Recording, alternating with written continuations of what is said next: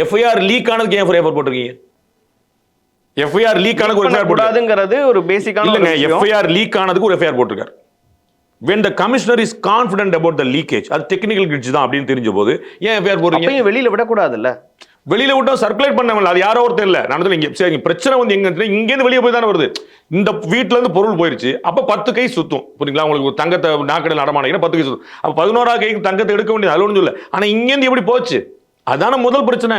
அங்கதான crime வந்துருக்கு. அவர் women இல்ல sexual harassment இந்த மாதிரி கேஸ் பண்ணும்போது ஆட்டோமேட்டிக்கா அது லாக் ஆயிடும். எனக்கு தெரியல, அதனால ஐ ஷுட் நாட் கமெண்ட். எனக்கு அது ஆட்டோமேட்டிக் அண்ணாமலை அவர்களோட ஆட்டோமேட்டிக் லாக்.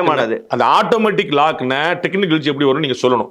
டெக்னிக்கல் கிளிட்ச் வந்து பிஎன்எஸ் வந்து இத்தனை நாள் எந்த தமிழ்நாட்டில் நடந்த முதல் பாலியல் வன்முறை கிடையாது. பிஎன்எஸ் அமலாக்கப்பட்ட பிறகு முதல் பாலியல் வன்முறை கிடையாது.